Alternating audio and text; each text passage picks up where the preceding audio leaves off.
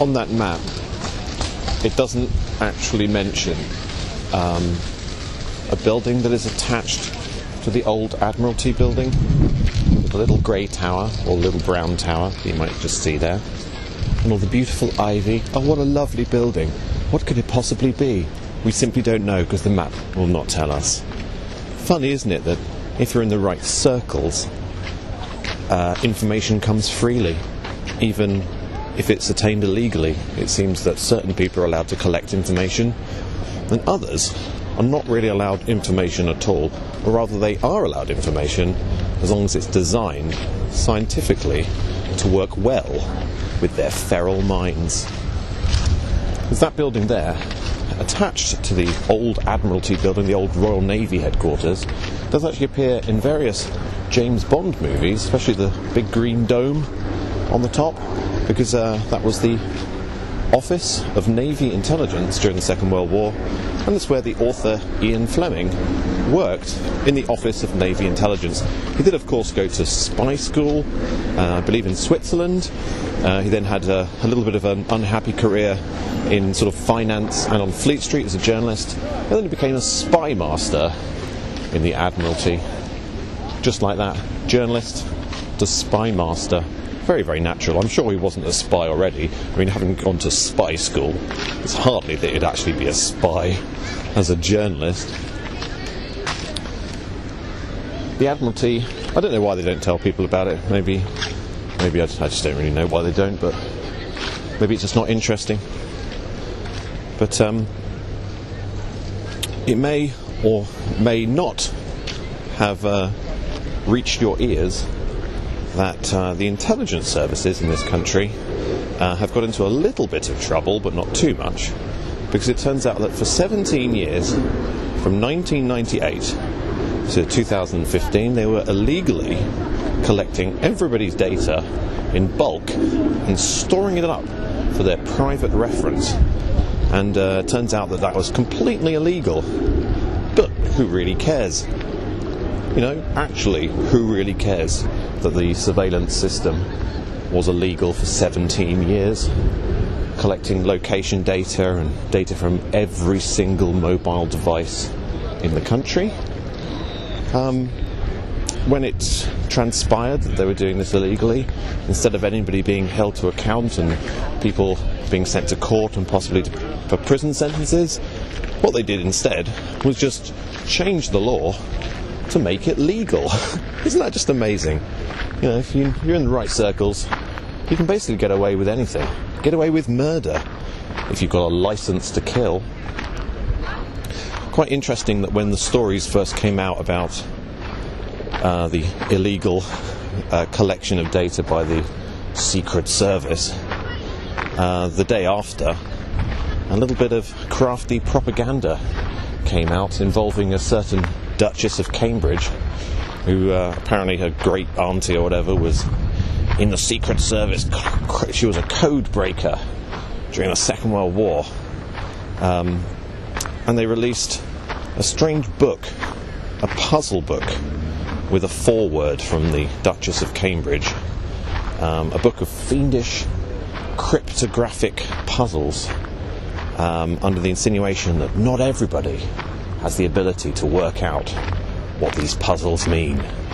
An insinuation that you have to be superhuman and very, very special in order to be a spy. So I guess it's okay if really, really special people are doing illegal activity. Is that right? Maybe it is. Maybe that's just the way the world has always worked. Special people do special things because they have special powers. Superpowers, possibly.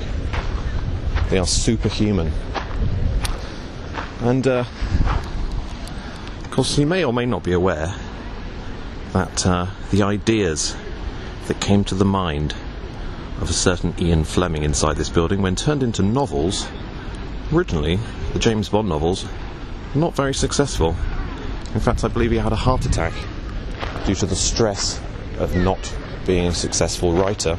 It's certainly true that the James Bond novels only became very successful in the 1960s when they were turned into movies, when the ideas were picked up and essentially used as a crafty form of propaganda to bring a good, solid and hip, happy face to the intelligence service. You know, James Bond, very cool, sexy, hip.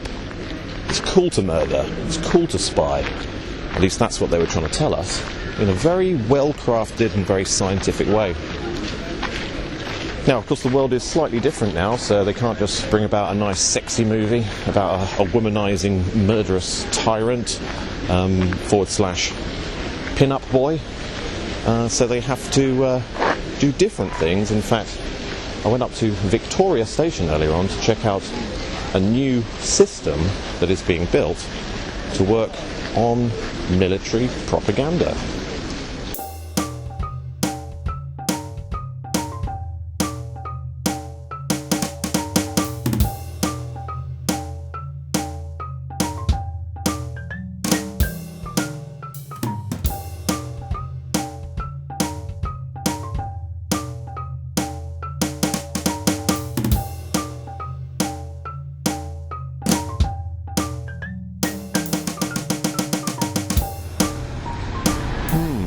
I wonder what they're eating.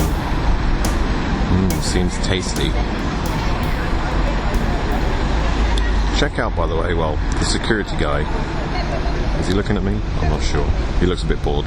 He's standing outside, or sitting outside rather, a sort of hypnotic sign outside this building that is covered in pyramidal shapes. Yes. Well, that funny building appears awkwardly because people are trying to take pictures with Little Ben. Oh, it's Little Ben. Oh, how amazingly wonderful. Yeah, that building behind me will be, supposedly by the end of this month, what's called the NCSC. Where the hell am I going? I'm going to cross over here.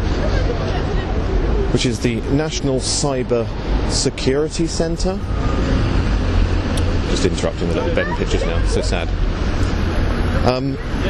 Yeah, quite apt, of course, when you're building a new structure that will be home to something involved with the control system, to be covered and adorned with hypnotic and suggestive pyramidal structures. Just wonderful, really. And it's essentially an offshoot of the government communications headquarters, GCHQ, the big donut, but it's going to be apparently a new sort of public face, or public facing and less secretive organisation that's going to have at its heart the protection of the general public, and also the Bank of England, which is of course representative of the general public, isn't it, the Bank of England? Oh no, sorry, I forgot, it's a completely privately run and private institution. But that's one of the things they're going to be doing.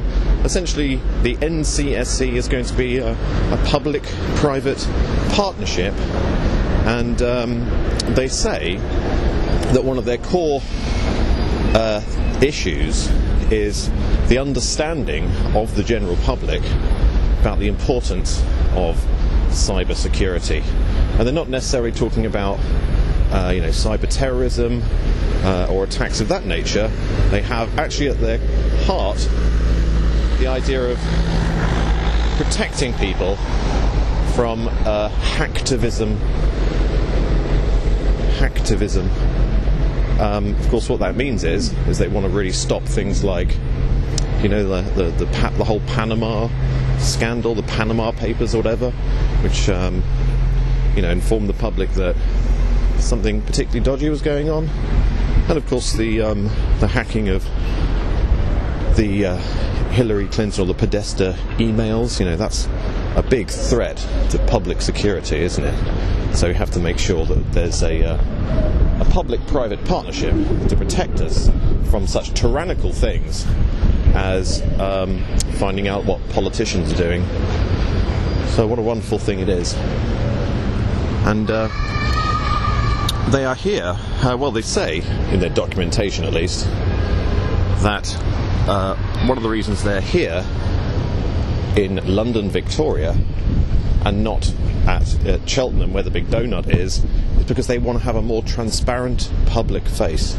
But of course they're a spy agency, so when they tell us they're being transparent, it is of course just a mental game, which apparently we're not clever enough to figure out, that they're doing something just. But in actual fact, it's pretty obvious, to me at least, that the reason they are here and not in Cheltenham is because here, in London, Victoria, is also, of course, where a company called Google UK is based, and their building is literally just around the corner from Google UK. And quite natural, I suppose, because they're going to be interlinked in a beautiful public-private way, forming a bridge between government and business. And of course Google are going to be helping them along, because Google, as they've always been, are essentially a part of the military-industrial complex. But then the military-industrial complex is so cool and hip, isn't it now? Or at least it will be once they start working on their propaganda campaign, because apparently that's one of their core issues as well, is working on digital propaganda. Oh yeah.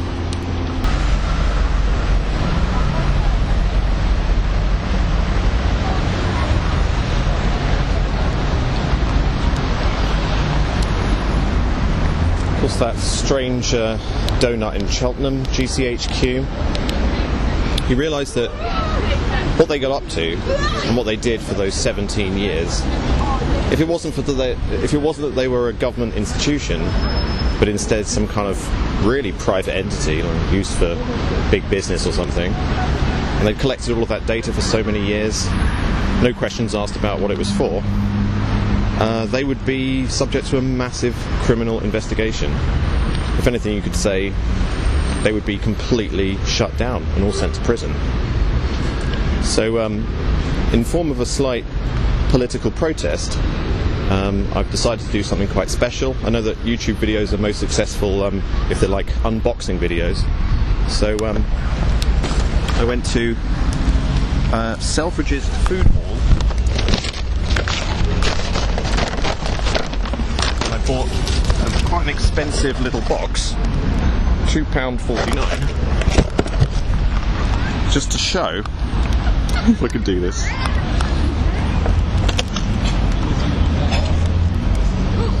Just to show the only real just use for a really expensive donut.